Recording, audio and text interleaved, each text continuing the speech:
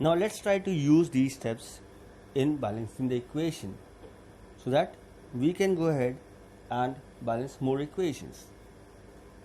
The first equation which we are looking at is iron when burnt in oxygen produces iron 2 oxide. Why I am using the word iron 2 oxide? What is the specific value of 2? In your lower class, that is 8th standard, I taught you about variable valency. There are certain elements like iron which have more than one valency. Like iron has two valency, Fe plus 2 and Fe plus 3. Similarly, lead has two valency, Pb plus 2 and Pb plus 4. Copper even has variable valency, there is copper plus 1 as well as copper plus 2. So on the reactant side we can see that we have iron Fe plus O2, and on the product side you have Fe3O2. You can see on the reactant side we have one atom of iron, and on the product side we have 3 atoms of iron. On the reactant side I have 2 atoms of oxygen, on the product side also I have 2 atoms of oxygen. To balance it, it is much simpler. As I told you the word MiNO, you have to balance the metal first. So if you put 3 in front of iron on the reactant side, your equation becomes balanced chemical equation.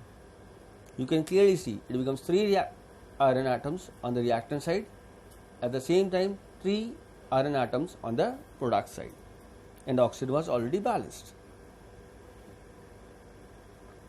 You can see the steps which I have done on the screen for you so that we can proceed with the next example.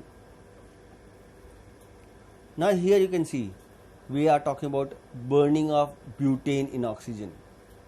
Now everyone is aware, I believe, that butane is one of the main component of our LPG gas, that is liquefied petroleum gas found in our houses. When I write the number of atoms on the reactant side and number of atoms on the product side, I can clearly see carbon has 4 atoms on the reactant side and 1 atom on the product side. I have hydrogen, 8 hydrogen atoms on the reactant side and 2 hydrogen atoms on the product side. And on the reactant side, oxygen has 2 atoms, whereas on the product side I have 3 atoms. Why I have written 2 plus 3? Because 2 atoms are present in carbon dioxide and 1 in water. As I told you, we will follow the CHO rule. We will try to balance the carbon first and then try to balance hydrogen, and at the end we will try to balance oxygen. Now look how it becomes much simpler for us. What we have to do is we have to put 4 in front of carbon dioxide. Alright. So if you put 4 in front of carbon dioxide, your number of atoms of carbon on the reactant side is also 4, and that on the product side is 4. But when you put 4 in front of CO2, what will happen? The number of atoms of oxygen will also change. It will become 4 into 2, because whenever you put a coefficient in front of a compound, the subscript is multiplied with that coefficient for that particular element. So now here the situation is you have 4 carbon atom on the reactant side and 4 carbon atom on the product side. Number of hydrogen 8 on the reactant side and 2 on the product side. As per the CHO rule, we are now going to balance hydrogen. So I can clearly see that I have 8 atoms on the reactant side. So what we can do is we can put 4 in front of water molecule. Now once you put 4 in front of water, your hydrogen becomes 8 on the product side, which is equal to the number of atoms on the reactant side. But your number of oxygen again changes.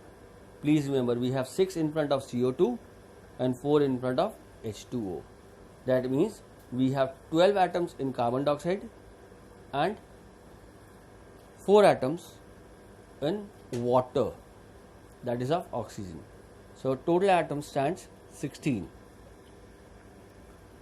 Now you can clearly see, if I put 8 in front of oxygen, my number of atoms of oxygen on the reactant side is equal to the number of atoms of oxygen on the product side.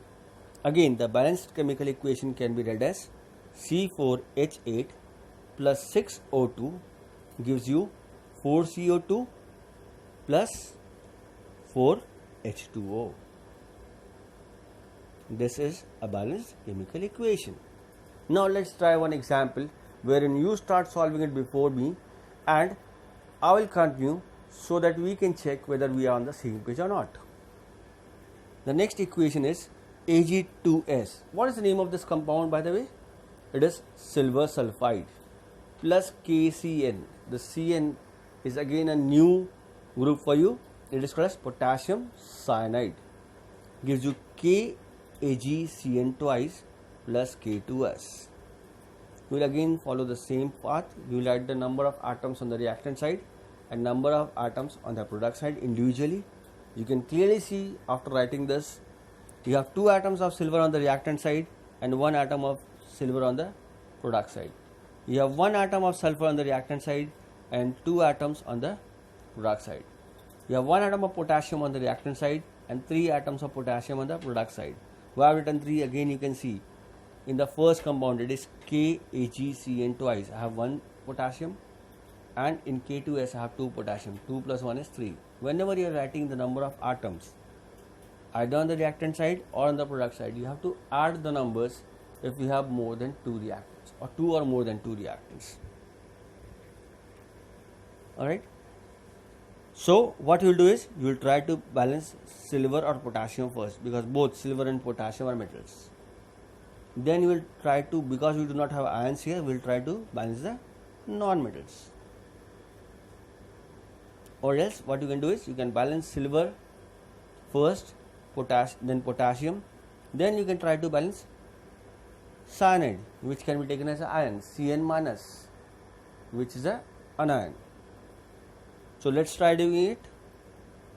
You can see you have 2 atoms of silver on the reactant side, so we'll put 2 in front of KAgCN twice.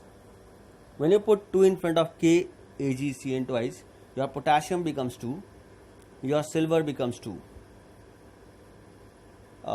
My mistake, potassium becomes 4 because you have 2 potassium in this compound and 2 in the other, that is K2S. At the same time, your Cn turns 4. So we have done balancing silver. Now try to balance the potassium. You can clearly see you have put in 2 here and you have 4 potassium. So you will put 4 in front of KCN. So you have 4 potassium atoms on the reactant side and 4 potassium atom on the product side. Now check the number of cyanide ion. As I have taken cyanide as an ion, so you have 4 Cn ion, that is cyanide ion, on the reactant side, and 2 into 2 is equal to 4 cyanide ions on the product side. Now the left part is sulfur. You can clearly see we have 1 atom of sulfur on the reactant side and 1 atom of sulfur on the product side. So the equation is balanced. Now guys, what I want you to do is go ahead